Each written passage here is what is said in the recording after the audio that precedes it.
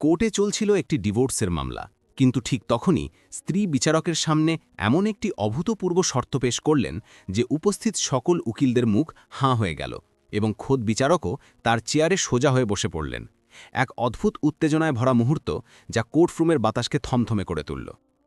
মুম্বাইয়ের বান্দ্রা কোর্টে একটি ডিভোর্সের মামলার শুনানি চলছিল। বিচারক ফাইল থেকে চোখ তুলে সামনে দাঁড়িয়ে থাকা মহিলার দিকে তাকালেন। শ্রীমতী নেহা গুপ্তা, আপনি কি আপনার স্বামী অমিত গুপ্তার কাছ থেকে ডিভোর্স নিতে সম্মত? কোর্টরুমে একটি গভীর নীরবতা নেমে এলো। সকলের দৃষ্টি নেহার ওপর। নেহা একটি দীর্ঘ নিঃশ্বাস নিয়ে নিজের অভ্যন্তরীণ সকল সাহস সংগ্রহ করে বললেন, হ্যাঁ বিচারক মহাশয়, আমি ডিভোর্স দিতে প্রস্তুত, কিন্তু আমার একটি শর্ত রয়েছে। যতক্ষণ না সেই শর্ত পূরণ হবে আমি ডিভোর্সের কাগজপত্রে সই করব না। এই একটি বাক্য কোর্টরুমের চাপা উত্তেজনাকে ছিন্ন ভিন্ন করে দিল। উকিলরা পরস্পরের দিকে তাকাতে লাগলেন। অমিতের মুখ বিবরণ হয়ে উঠল। বিচারপতি বিজয় সিং চেয়ারে সোজা হয়ে বসলেন। তিনি চশমা নাকের ওপর সামঞ্জস্য করে জিজ্ঞাসা করলেন, শর্ত? কী ধরনের শর্ত? নেহার গলায় এখন আর কম্পন ছিল না, তাতে ছিল অটল দৃঢ়তা। ডিভোর্সের কাগজপত্রে সই করার পূর্বে আমি আমার স্বামীর সাথে তার বাড়িতে একজন স্ত্রী হিসেবে আমার সম্পূর্ণ অধিকার নিয়ে একটি শেষ রাত অতিবাহিত করতে চাই। এই কথা শোনামাত্র কোর্টরুমে যেন একটি বিস্ফোরণ ঘটল। অমিতের মুখ লজ্জা এবং ক্রোধে রক্তিম হয়ে উঠল। সেখানে উপস্থিত লোকজনের মুখ খোলা রয়ে গেল। অমিতের উকিল প্রায় নিজের চেয়ার থেকে লাফিয়ে উঠলেন। আপত্তি মাইলর্ড, এ কি অভদ্রতা! এই দাবি সম্পূর্ণভাবে অযৌক্তিক, অবৈধ এবং লজ্জাকর। আমার মক্কেলের সম্মান ক্ষুণ্ণ করার প্রয়াস করা হচ্ছে। এটা আদালতের সময়ের অপচয়। শান্ত হন মিস্টার ভাটিয়া। বিচারপতির গম্ভীর কণ্ঠস্বর তাকে নীরব করে দিল। তার অভিজ্ঞ চোখ নেহার মুখ পাঠ করার চেষ্টা করছিল। শ্রীমতী গুপ্তা, বিচারক মহাশয় গম্ভীরভাবে বললেন, আপনি যা দাবি করছেন তা অত্যন্ত অস্বাভাবিক। আমি জানতে চাই এই অদ্ভুত শর্তের পিছনে কারণ কি? আপনার সাথে এমন কি ঘটেছে? নেহার কান্না এবার বাজ ভেঙে বেরিয়ে এলো। বিচারক মহাশয়, কারণ হলো আমার 5 বছরের বিবাহিত জীবন। 5 বছর মানে 10,826 দিন। আর এই 5 বছরে আমার স্বামী আমাকে কোনোদিন নিজের স্ত্রী মনে করেননি। আমি এই বাড়িতে বউ হয়ে এসেছিলাম, কিন্তু পরিচারিকা হয়ে রয়ে গেলাম। বিচারক মহাশয় বুঝলেন যে এই মামলা কেবল ডিভোর্সের নয়, বরং একটি নারীর অস্তিত্ব ও সম্মানের। তিনি অমিতের দিকে তাকালেন, যার মাথা লজ্জায় ঝুঁকেছিল। এরপর নেহা বললেন, বিচারক মহাশয়, আজ থেকে 5 বছর আগে আমি 25 বছরের এক মেয়ে ছিলাম, যার চোখে হাজারো স্বপ্ন ছিল। আমার বিয়ে ঠিক হয়েছিল অমিতের সঙ্গে। অমিত একটি মাল্টিন্যাশনাল কোম্পানিতে ভালো পোস্টে ছিলেন।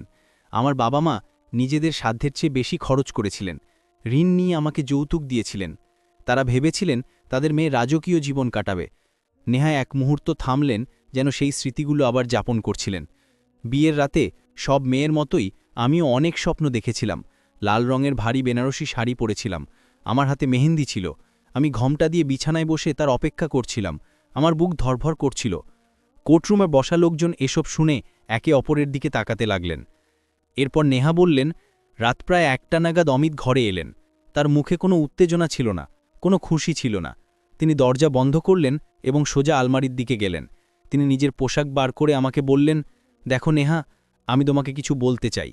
আমি ঘোমটা তুলে তার দিকে তাকালাম। আমি ভাবলাম হয়তো তিনি লজ্জা পাচ্ছেন, কিন্তু তিনি যা বললেন তাতে আমার পায়ের তলা থেকে মাটি সরে গেল। নেহার কণ্ঠস্বর রুদ্ধ হয়ে এলো। তিনি আমাকে বললেন, নেহা, আমার সময় দরকার। পরিবারের চাপে পড়ে আমি বিয়ে তো করে নিলাম, কিন্তু আমি এসবের জন্য মানসিকভাবে প্রস্তুত নই। তোমার কাছে আমার ব্যক্তিগত কোনো প্রত্যাশা নেই। তুমি এই বিছানায় আরামে ঘুমিয়ে পড়ো, আমি সোফায় শুয়ে পড়ছি। এই বলে তিনি বালিশ আর চাদর নিয়ে সোফায় শুয়ে পড়লেন। বিচারক মহাশয়, আমি সারা রাত কেঁদেছিলাম। আমার সাজ চোখের জলের সঙ্গে ধুয়ে গিয়েছিল। আমি ভাবলাম হয়তো নতুন সম্পর্কে সময় লাগে, হয়তো তিনি কাজের চাপে আছেন। আমি নিজেকে বোঝালাম যে সব ঠিক হয়ে যাবে, কিন্তু সেই আগামীকাল আর এলো না। পরের দিন সকালে যখন ঘুম থেকে উঠলাম, তখন বাড়িতে উৎসবের মেজাজ। সবাই আমাকে নিয়ে হাসি ঠাট্টা করছিল, কিন্তু আমার ভেতরে এক ঝড় চলছিল। আমি কাউকে কিছু বলিনি। আমার মনে হলো এটা আমাদের দুজনের বিষয়, এটাকে বাইরে নিয়ে যাওয়া ঠিক নয়। নেহা তার গল্প বলে চললেন। দিন কাটতে লাগল, সপ্তাহ, মাস এবং তারপর বছর। অমিতের আচরণ বদলায়নি। আমরা এক ছাদের নিচে দুজন অচেনা মানুষের মতো থাকতাম। তিনি সকালে অফিস যেতেন, রাতে দেরিতে ফিরতেন, খাবার খেতেন এবং নিজের সোফায় শুয়ে পড়তেন। আমাদের কথাবার্তা শুধু হ্যাঁ না বা খাবারে কি রান্না হয়েছে পর্যন্তই সীমাবদ্ধ ছিল। অমিতের উকিল মাঝখানে বাধা দেওয়ার চেষ্টা করলেন। ইয়োর অনার, আমার মক্কেল তাকে সমস্ত শারীরিক সুখ সুবিধা দিয়েছেন, একটি সুন্দর বাড়ি, কাজের লোক, টাকা। নেহাল আগে তার দিকে ফিরলেন। কি একজন নারীর শুধু এটাই চাই? উকিল সাহেব, একজন স্ত্রী কি দুটো মিষ্টি কথা, একটু সম্মান, একটু ভালোবাসা পাওয়ার অধিকারিণী নয়? বিচারক মহাশয়, আমি বহুবার তার সাথে কথা বলার চেষ্টা করেছি। আমি জিজ্ঞেস করেছি, অমিত, আমার কি কোনো ভুল হয়েছে? তুমি কি আমার উপর রেগে আছো? তিনি সবসময় একই উত্তর দিতেন, না, শুধু আমার একটু সময় দরকার। আমি তার জন্য কেবল একজন গৃহিণী ছিলাম। তার জামাকাপড় ইস্ত্রি করা, তার পছন্দের খাবার রান্না করা, বাড়ি পরিষ্কার রাখা, তার বাবা মায়ের সেবা করা, আমি সবকিছু করেছি। কিন্তু পরিবর্তে আমি কি পেলাম? একাকিত্ব। তার বন্ধুরা বাড়ি এলে আমি তাদের সামনে হেসে একজন আদর্শ সতীস্ত্রীর অভিনয় করতাম। কিন্তু তারা চলে গেলে বাড়ির নিস্তব্ধতা আমাকে গ্রাস করত। আমি কতবার তাকে বলেছি, চলো কোথাও বাইরে ঘুরে আসি, কোনো সিনেমা দেখে আসি। তার উত্তর সবসময় তৈরি থাকত, না, মন নেই, পরের সপ্তাহে যাব। কিন্তু সেই পরের সপ্তাহ আর কখনো আসেনি। বিয়ের 1 বছর পর থেকেই আমার বাপের বাড়ি থেকে ফোন আসা শুরু হলো। আমার মা জিজ্ঞেস করতেন, বেটি, কবে সুখবর শোনাচ্ছিস? আমি তাদের কি বলতাম? আমি কিভাবে বলতাম যে আমাদের মধ্যে স্বামী স্ত্রীর কোনো সম্পর্কই নেই? আমি অজুহাত দিতাম, মা, তিনি এখন কর্মজীবনে মনোযোগ দিচ্ছেন, অমিত এখনই বাচ্চা চান না। নেহার গলা ধরে এলো। এই মিথ্যা আমাকে ভেতর থেকে ফাঁপা করে দিচ্ছিল। যে কোনো অনুষ্ঠানে যাওয়া আমার জন্য একটা শাস্তির মতো ছিল। আত্মীয় স্বজন, প্রতিবেশী সবাই একই প্রশ্ন করত, নেহা, তোমার কোল কবে ভরে উঠবে? তাদের সহানুভূতি ভরা দৃষ্টি তীরের মতো আমাকে বিঁধত। লোকে কানাকানি করত, নিশ্চয়ই এর মধ্যেই কোনো সমস্যা আছে, দেখতে তো বেশ হৃষ্টপুষ্ট, তাহলে কি ব্যাপার? বিচারক মহাশয়, আমি প্রতিদিন মরে যাচ্ছিলাম। সেই রাতে আমি সাহস করে অমিতের সঙ্গে কথা বললাম। আমি বললাম, অমিত, লোকে নানা কথা বলছে, যদি কোনো সমস্যা থাকে তাহলে আমাদের একবার ডাক্তার দেখাতে যাওয়া উচিত। এই কথা শোনা মাত্রই তিনি রেগে গেলেন। তিনি প্রথমবার আমার উপর চিৎকার করেছিলেন, তোমার কি মনে হয় আমার কোনো ত্রুটি আছে? আমি বলেছি না আমার এখন বাচ্চা চাই না, আর এরপর থেকে এই কথা আর তুলবে না। সেই দিনের পর আমার বাপের বাড়ির লোকেরাও ভাবতে শুরু করল যে সমস্যা আমার মধ্যেই। আমার মা আমাকে নিয়ে শহরের নামকরা গাইনোকোলজিস্টের কাছে গেলেন। সব পরীক্ষা হলো। ডাক্তার বললেন, আপনার রিপোর্ট একেবারে স্বাভাবিক, আপনি মা হওয়ার যোগ্য। সেই দিন আমি খুশি হওয়ার বদলে আরও ভেঙে পড়লাম, কারণ আমার কাছে আর কোনো অজুহাত ছিল না। বিচারক মহাশয়, বিয়ের প্রায় 3 বছর হয়ে গিয়েছিল। আমি আশা ছেড়ে দিয়েছিলাম। আমি শুধু নিজের নিয়তি মেনে নিয়ে বেঁচেছিলাম। একদিন অমিত অফিস থেকে ফিরলেন। খুব খুশি ছিলেন। তার হাতে একটি গিফট বক্স ছিল। আমার মনটা এক মুহূর্তের জন্য ধরপড় করে উঠল। আমি ভাবলাম, হয়তো আজ কিছু বদলাবে। আমার মনে আশা জেগেছিল বিচারক মহাশয়। আমার মনে হলো হয়তো আজ রাতে অমিত আমাকে সেই উপহারটি দেবেন। হয়তো আজ তিনি তার 5 বছরের শীতল আচরণের জন্য ক্ষমা চাইবেন এবং আমাকে নিজের বাহুতে তুলে নেবেন। আমিও তাড়াতাড়ি তৈরি হতে গেলাম। তৈরি হয়ে বাইরে এসে আমি অবাক হলাম। তিনি তো উপহারটি নিয়ে বাইরে বেরিয়ে যাচ্ছিলেন। আমি জিজ্ঞেস করলাম, কোথায় যাচ্ছ? আর এটা কার জন্য? তিনি উদাসীনভাবে বললেন, এটা প্রীতির জন্য। আজ ওর জন্মদিনের পার্টি। আমি শুধু সেখানেই যাচ্ছি। আমি জিজ্ঞাসা করলাম, প্রীতিকে? তিনি বললেন, আমার অফিসে কাজ করে, আমার খুব ভালো বন্ধু। সেই রাতে তিনি 2টোর সময় ফিরলেন। তার মুখে এক অন্যরকম দ্যুতি ছিল, যা আমি গত 3 বছরে কখনো দেখিনি। তার জামাকাপড় থেকে এক অজানা পারফিউমের গন্ধ আসছিল। সেই দিন আমার হৃদয়ে সন্দেহের বীজ প্রথম রোপণ হল। আমি খোঁজখবর নেওয়া শুরু করলাম। সেই মুহূর্তে আমি অন্য কিছু ভাবতে পারছিলাম না। একদিন আমি তার ফোন চেক করলাম, যা আমি কখনো করতাম না। ফোনে প্রীতি নামের নাম্বার সেভ করা ছিল। তাদের চ্যাট, ছবি এবং ভালোবাসার মেসেজে ভরা ছিল, I love you, miss you. এসব পড়ে আমার হাত কাঁপতে লাগল। বিচারক মহাশয়, সে শুধু বন্ধু ছিল না, অমিত আমার সাথে প্রতারণা করছিল। যে ভালোবাসা আর আপনত্বের জন্য তিনি আমাকে এত বছর ধরে বঞ্চিত করছিলেন, তা অন্য একজনের উপর উজাড় করে দিচ্ছিলেন। আমি বুঝতে পারলাম যে তিনি রাতে হাঁটার বাহানায় কেন ঘর থেকে বেরিয়ে যেতেন। তিনি গভীর রাত পর্যন্ত প্রীতির সাথে ফোনে কথা বলতেন। যে মানুষটির জন্য আমি এত বছর ধরে কাঁদছিলাম, সে অন্য একজনের সাথে নিজের জীবনের সবচেয়ে আনন্দের মুহূর্তগুলো কাটাচ্ছিল। সেই রাতে আমি ঘুমাতে পারিনি। আমার ভেতরে রাগ, কষ্ট আর অপমানের একটি লাভা ফুটছিল। পরের দিন যখন অমিত অফিসের জন্য তৈরি হচ্ছিলেন, আমি তাকে আটকালাম। আমি বললাম, অমিত, আমার তোমার সঙ্গে কিছু কথা আছে। তিনি সেই একই পুরনো উত্তর দিলেন, নেহা, আমার দেরি হয়ে যাচ্ছে, সন্ধ্যায় কথা বলি। কিন্তু আমি বললাম, না, কথা এখনই হবে। প্রীতি কে? আমার প্রশ্ন শুনে তার মুখের রং উড়ে গেল। তিনি তোতলানো গলায় বললেন, ও ও আমার বন্ধু। আমি বললাম, শুধু বন্ধু নাকি সে, যার কারণে তুমি আমাকে আজ পর্যন্ত ছুঁয়েও দেখনি? বিচারক মহাশয়, সেই দিন প্রথমবার অমিতের চোখে আমি ভয় দেখলাম, সত্য প্রকাশ হয়ে যাওয়ার ভয়। তিনি চুপ হয়ে গেলেন। তার নীরবতা ছিল তার স্বীকারোক্তি। আমি চিৎকার করে উঠলাম, কেন কেন করলে আমার সাথে এমন? যদি অন্য কাউকে ভালোবাসতে, তাহলে আমাকে বিয়ে করেছিলে কেন? আমার জীবন কেন নষ্ট করলে? তিনি নিচু স্বরে বললেন, আমি বাড়ির লোককে মানাতে পারিনি। তারা প্রীতির জন্য কখনো রাজি হতো না, কারণ সে অন্য জাতের। আমি ভেবেছিলাম বিয়ের পর আমি তোমাকে সব বলে দেব, কিন্তু সাহস হয়নি। আমি পাগলের মতো হাসতে লাগলাম। বছরের পর বছর ধরে একজন নারীকে ধোকায় রাখার জন্য সাহস লাগে অমিত, সত্য বলার জন্যে নয়।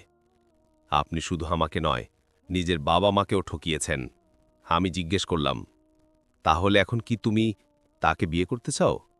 তিনি মাথা নিচু করে বললেন, হ্যাঁ, আমি তোমার থেকে ডিভোর্স চাই। বিচারক মহাশয়, সেই দিন আমার সব স্বপ্ন, আমার সব ধৈর্য ভেঙে চুরমার হয়ে গেল। আমি এমন একটি সম্পর্ক বাঁচানোর চেষ্টা করছিলাম যা কোনোদিনই ছিল না। যখন আমি ডিভোর্স দিতে অস্বীকার করলাম, তখন অমিত তার মাকে সব বলে দিলেন। আমি ভেবেছিলাম যে একজন নারী হওয়ার কারণে, একজন মা হওয়ার কারণে তিনি আমার কষ্ট বুঝবেন, কিন্তু আমি ভুল ছিলাম। একদিন আমার শাশুড়ি আমার ঘরে এলেন। তিনি খুব আদর করে আমার মাথায় হাত বুলিয়ে বললেন, বেটি, আমি সব জানতে পেরেছি।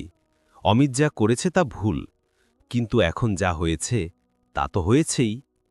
আমি আশা নিয়ে তার দিকে তাকালাম। তিনি বললেন, দেখ বেটি, তুই তো আমাদের মেয়ের মতো, আমরা তোর খারাপ চাই না। কিন্তু অমিতের শোকটাও তো দেখতে হবে। ও প্রীতির ছাড়া থাকতে পারবে না।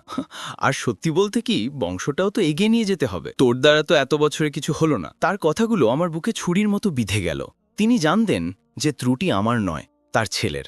তবুও তিনি সমস্ত দোষ আমার উপর চাপিয়ে দিচ্ছিলেন। তিনি বললেন, তুই তো বুদ্ধিমতী, তুই অমিতকে ডিভোর্স দিয়ে দে, এটাকে একটা দুঃস্বপ্নের মতো ভুলে যাবে। বিচারক মহাশয়, সেই দিন আমি বুঝলাম যে এই বাড়িতে আমার কেউ নেই। এই সবাই তাদের ছেলের ভুল ঢাকতে আমাকে ব্যবহার করছে। সেই দিন আমি নিশ্চিত করলাম যে আমি লড়ব, নিজের সম্মানের জন্য, আমার নষ্ট হওয়া 5 বছরের জন্য। নেহা বর্তমানে ফিরে এলেন। তিনি তার চোখের জল মুছলেন। বিচারক মহাশয়, তবুও যখন আমি ডিভোর্সের জন্য মানা করলাম, তখন এই লোকেরা আমার ওপরই চরিত্রহীনতার অভিযোগ দিতে শুরু করলো। তারা কোর্টে এটা প্রমাণ করার চেষ্টা করলো যে আমার অন্য কারোর সাথে সম্পর্ক আছে, তাই তারা আমার সাথে এই সম্পর্ক রাখতে চায় না। তারা আমাকে এত ভেঙে দিল, এত অপমান করলো যে আমি ভেতর থেকে মরে গেলাম। এখন যখন আমাদের সম্পর্ক শেষ হতে চলেছে, তখনই আমি এই শর্ত রেখেছি। এই শর্ত কোনো শারীরিক সুখের জন্য নয় বিচারক মহাশয়। নেহার কণ্ঠস্বর এখন আগের চেয়ে অনেক বেশি শক্তিশালী ছিল। এই শর্ত আমার আত্মসম্মানের জন্য। এই শর্ত অমিত গুপ্তার সেই অহংকার ভাঙার জন্য, যিনি ভাবেন যে তিনি টাকা আর প্রতারণা দিয়ে সব কিছু করতে পারেন। আমি চাই তিনি একটি রাত আমার সঙ্গে কাটান, কিন্তু একজন স্বামীর মতো নয়, একজন অপরাধীর মতো। আমি চাই সেই রাতে তার নিজের ভুলটা উপলব্ধি হোক। আমি চাই তিনি আমার চোখে সেই কষ্টটা দেখুন যা তিনি আমাকে দিয়েছেন। আমি চাই তিনি যখন পরের দিন সকালে উঠবেন, তখন তার হৃদয়ে একটা বোঝা থাকুক যা তাকে সারা জীবন মনে করিয়ে দেবে যে তিনি একটি জীবন্ত নারীর আত্মাকে হত্যা করেছেন।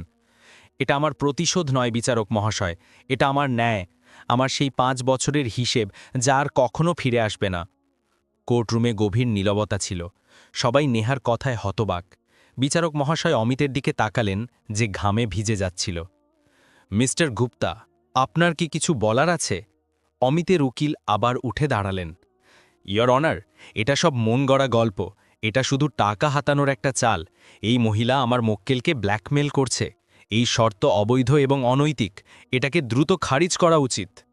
বিচারক মহাশয় সরাসরি অমিতকে জিজ্ঞেস করলেন, আমি আপনাকে জিজ্ঞেস করছি মিস্টার গুপ্তা, আপনার স্ত্রী যা কিছু বলেছেন তা কি সত্যি? আপনি কি 5 বছর ধরে তার সাথে স্বামী স্ত্রীর সম্পর্ক রাখেননি? অমিতের দৃষ্টি নিচু ছিল, সে কিছু বলতে পারছিল না। জবাব দিন, বিচারক মহাশয়ের কণ্ঠস্বর প্রতিধ্বনিত হল। অমিত কাঁপতে কাঁপতে বললেন, জি হ্যাঁ। কেন? কারণ আমি প্রীতিকে ভালোবাসতাম। আর এটা কি সত্যি যে আপনি প্রীতির কাছে যেতেন, তার সাথে সময় কাটাতেন? অমিত চুপ রইলেন। নেহা চিৎকার করে উঠলেন, বলো অমিত, কোর্টকে বলো যে তুমি আমার হিসেবের প্রতিটি মুহূর্ত, প্রতিটি খুশি কাকে দিয়েছ? অমিত প্রায় ফিসফিস করে বললেন, হ্যাঁ। এই স্বীকারোক্তি মামলার মোড় ঘুরিয়ে দিল। অমিতের উকিলও চুপ হয়ে গেলেন। বিচারক মহাশয় কিছুক্ষণ ভাবলেন, তারপর বললেন, এই মামলাটি খুব জটিল। আমি কোনো সিদ্ধান্ত দেওয়ার আগে মিস প্রীতির সঙ্গে কথা বলতে চাইব। এটা শুনে অমিত এবং তার উকিলের তো চোখ কপালে। ইয়র অনার, কিন্তু এই মামলার সঙ্গে তার কি সম্পর্ক? সম্পর্ক আছে উকিল সাহেব, সে এই ত্রিকোণের একটি গুরুত্বপূর্ণ অংশ। আমি জানতে চাই, তিনি কি এসব জানতেন? আদালত প্রীতিকে সমন জারি করল। পরের সপ্তাহে তারিখ দেওয়া হলো। সেই এক সপ্তাহে অমিত এবং তার পরিবার নেহার ওপর চাপ সৃষ্টি করার সব রকম চেষ্টা করল। তারা তাকে ফোন করল, টাকার লোভ দেখালো, সমাজে তাকে বদনাম করার হুমকি দিল। কিন্তু নেহা তখন পাথর হয়ে গিয়েছিল। পরের শুনানির দিন প্রীতি কাঠগড়ায় দাঁড়িয়েছিল। সে ছিল একজন আধুনিক, আত্মবিশ্বাসী মেয়ে, কিন্তু আজ তার মুখে ভয় দেখা যাচ্ছিল। বিচারপতি তাকে জিজ্ঞাসা করলেন, মিস প্রীতি, আপনি কি অমিত গুপ্তাকে চেনেন? জি, আমরা একসঙ্গে কাজ করতাম। আপনি কি জানেন যে তিনি বিবাহিত? প্রীতি এক নজর অমিতর দিকে তাকিয়ে বললেন, হ্যাঁ, এখন জানি। এখন জানেন মানে? প্রীতি গভীর নিঃশ্বাস নিলেন। অমিত আমাকে বলেছিলেন যে তার বিয়ে হয়েছে, কিন্তু সেটা একটি মৃত সম্পর্ক। তিনি বলেছিলেন যে তার স্ত্রী মানসিকভাবে অসুস্থ এবং তাকে ডিভোর্স দিচ্ছে না। তিনি বলেছিলেন যে তারা বছরের পর বছর আলাদা থাকছেন। তিনি আমাকে বিশ্বাস করিয়েছিলেন যে তিনি খুব তাড়াতাড়ি ডিভোর্স নিয়ে আমাকে বিয়ে করবেন। এটা নেহার জন্য নতুন তথ্য ছিল। অমিত শুধু তাকেই নয়, প্রীতিকেও ধোঁকা দিয়েছিলেন। প্রীতির চোখে জল এসে গেল। আমি এখানে এসে জানতে পারলাম যে নেহাজি সম্পূর্ণ সুস্থ এবং তিনি 5 বছর ধরে একই বাড়িতে থাকছেন, একজন স্ত্রীর অধিকারের অপেক্ষায়। যদি আমি সত্যিটা জানতাম, তাহলে আমি কখনোই সম্পর্কে এগোতাম না। আমাকে ক্ষমা করে দিন নেহাজি, আমিও একজন নারী, আমি আপনার কষ্ট বুঝতে পারি। প্রীতির এই বয়ান অমিতের কফিনে শেষ পেরেক ঠোকার মতো হল। প্রমাণ এবং সাক্ষীদের শোনার পর বিচারক মহাশয় বলতে শুরু করলেন, নেহাজি, আমি আপনার স্বার্থের পেছনের কষ্ট, অপমান এবং ছটপটানি বুঝতে পারি, কিন্তু আইন আপনাকে সেই অধিকার দিতে পারে না যা আপনি চাইছেন। আপনার সেই শর্ত পূরণ হতে পারে না।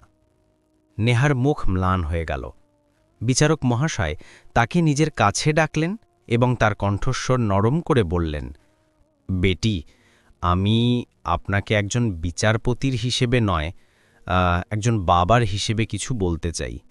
আমারও একটি মেয়ে আছে, আপনারই বয়সের।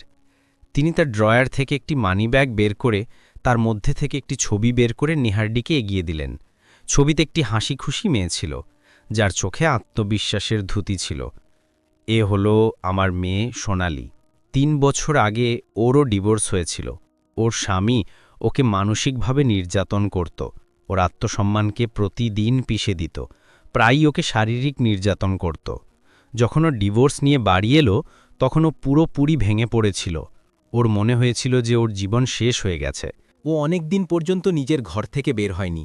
একদিন আমি ওকে বললাম, বেটি, কোনো মানুষের তোমাকে ছেড়ে যাওয়াটা তোমার গল্পের শেষ নয়, এটা তোমার নিজের গল্প লেখার শুরু। তোমার অস্তিত্ব কারোর থাকা বা না থাকার উপর নির্ভরশীল নয়। তুমি একটি সোনার খাঁচা ছেড়ে এসেছ, এখন তোমার সামনে পুরো আকাশ ওড়ার জন্য। বিচারক মহাশয়ের কণ্ঠে একজন বাবার কষ্ট এবং গর্ব দুটোই ছিল। নেহা বেটি, আজ আমার মেয়ে নিজের একটি বিউটি সালুন চালায়। এখন সে তার শখগুলোকেও সময় দেয়, যা বিয়ের পর ছেড়ে গিয়েছিল। সে এখন আগের চেয়ে অনেক বেশি খুশি। জানো কেন? কারণ সে তার খুশির রিমোট কন্ট্রোল অন্য কারোর হাতে দেওয়া বন্ধ করে দিয়েছে। তিনি নেহার চোখে চোখ রেখে বললেন, আপনি যে একটি রাত চাইছেন, সেটা কি? সেটা সেই একই মানুষের কাছ থেকে আপনার অস্তিত্বের সার্টিফিকেট চাওয়া, যিনি আপনার অস্তিত্বকে কোনোদিন মানেননি। আপনি সেই মানুষটির কাছ থেকে সম্মানের ভিক্ষা চাইছেন, যিনি নিজে সম্মানের অর্থ জানেন না। একজন নারীর মর্যাদা এই নয় যে কোনো পুরুষ তাকে গ্রহণ করে কিনা, তার মর্যাদা তার নিজের আত্মসম্মানে। আপনি দুর্বল নন, আপনি খুব সাহসী। আপনি 5 বছর একটি মিথ্যা সম্পর্ক চালিয়েছেন, এটা আপনার সহনশীলতা ছিল। আজ আপনি এখানে দাঁড়িয়ে আছেন, এটা আপনার সাহস। আপনার এই সাহসকে সঠিক দিশা দিন। এই মানুষটির কাছ থেকে একটি রাত নয়, আপনার পুরো জীবনটা ফেরত চান। এই সম্পর্ক থেকে বেরিয়ে আসুন এবং নিজের একটি নতুন পরিচয় তৈরি করুন, এমন পরিচয় যার জন্য কোনো অমিত গুপ্তার নামের দরকার হবে না। আপনি শুধু নেহা, আর এটাই আপনার সবচেয়ে বড় শক্তি। বিচারপতির কথাগুলো নেহার ক্ষতগুলোর ওপর মলমের মতো কাজ করছিল। তার চোখ দিয়ে জল গড়িয়ে পড়ছিল, কিন্তু আজ এই জল অসহায়ত্বের নয়, বরং এক নতুন শক্তির অনুভূতির ছিল। সে তার রাস্তা পরিষ্কার দেখতে পাচ্ছিল। সে নিজেকে সামলে নিল, উঠে দাঁড়ালো এবং দৃঢ় কণ্ঠে বলল, বিচারক মহাশয়, আমি আমার শর্ত ফিরিয়ে নিচ্ছে। কিন্তু নেহা এরপর বললেন, আমার এই মানুষটির কাছ থেকে ডিভোর্স এবং আমার নষ্ট হওয়া 5 বছরের ক্ষতিপূরণ চাই। এরপর যা ঘটল তা কোর্টের ইতিহাসে লিপিবদ্ধ হয়ে গেল। বিচারপতি বিজয় সিংহ শুধু নেহার ডিভোর্সকে অবিলম্বে মঞ্জুরি করলেন না, বরং অমিতকে তার মানসিক নিষ্ঠুরতার জন্য কঠিন সাজা শোনালেন। তাকে নেহাকে ক্ষতিপূরণ হিসেবে 25 লক্ষ টাকা এবং তাদের ফ্ল্যাটের অর্ধেক অংশ দেওয়ার নির্দেশ দেওয়া হলো। সেই সাথে তাকে প্রতি সপ্তাহে উইকেন্ডে মহিলা আশ্রয় গৃহে কমিউনিটি সার্ভিস করারও নির্দেশ দেওয়া হলো, যাতে সে একজন নারীর সম্মানের অর্থ বুঝতে পারে। এই রায় শুনে অমিত এবং তার পরিবারের ওপর যেন আকাশ ভেঙে পড়ল। কোর্ট থেকে বেরোনোর সময় নেহার মাথা উঁচু ছিল। সে ছিল মুক্ত। নেহাজি, আমি কি আপনার সঙ্গে 2 মিনিট কথা বলতে পারি? নেহা থামলেন। প্রীতি বললেন, আমি জানি যে ক্ষমা চাইলে আপনার কষ্ট কমবে না, কিন্তু আমি তবুও ক্ষমা চাইছি। আমি সত্যি কিছু জানতাম না। নেহা প্রীতির মুখে সত্যি অনুতাপ দেখতে পেলেন। তিনি বললেন, ভুল আপনার নয় প্রীতি, ভুল সেই মানুষটির যিনি আমাদের দুজনকে ধোঁকা দিয়েছেন। নিজের খেয়াল রাখবেন এবং ভবিষ্যতে কারোর ওপর অন্ধভাবে ভরসা করবেন না। এই বলে নেহা এগিয়ে গেলেন। কিছু দূরে অমিত একা, পরাজিত এবং লজ্জিত হয়ে দাঁড়িয়েছিল, কিন্তু প্রীতি তার সাথে দেখা না করে মুখ ফিরিয়ে সেখান থেকে চলে গেলেন। আজ তিনি শুধু একটি মামলা হারেননি, বরং নিজের সম্মান, নিজের টাকা এবং প্রীতির বিশ্বাসও হারিয়েছিলেন। নেহা তার পরিবারের সাথে একটি নতুন লক্ষ্যের দিকে পা বাড়ালেন। এটা ছিল তার আত্মমর্যাদার জীবনের শুরু। তিনি এখন কারো অসম্পূর্ণ বধূ নয়, বরং একজন পরিপূর্ণ নারী ছিলেন। তো বন্ধুরা, সবশেষে নেহা যে সিদ্ধান্ত নিলেন তা কি সঠিক ছিল? আপনাদের মতামত কমেন্ট বক্সে অবশ্যই লিখুন এবং এও জানান যে আপনারা আমাদের গল্প কোন শহর থেকে শুনছেন। গল্প পছন্দ হলে ভিডিওটি লাইক করুন, চ্যানেল সাবস্ক্রাইব করুন এবং ভিডিওটি শেয়ার করতে একদম ভুলবেন না। ধন্যবাদ।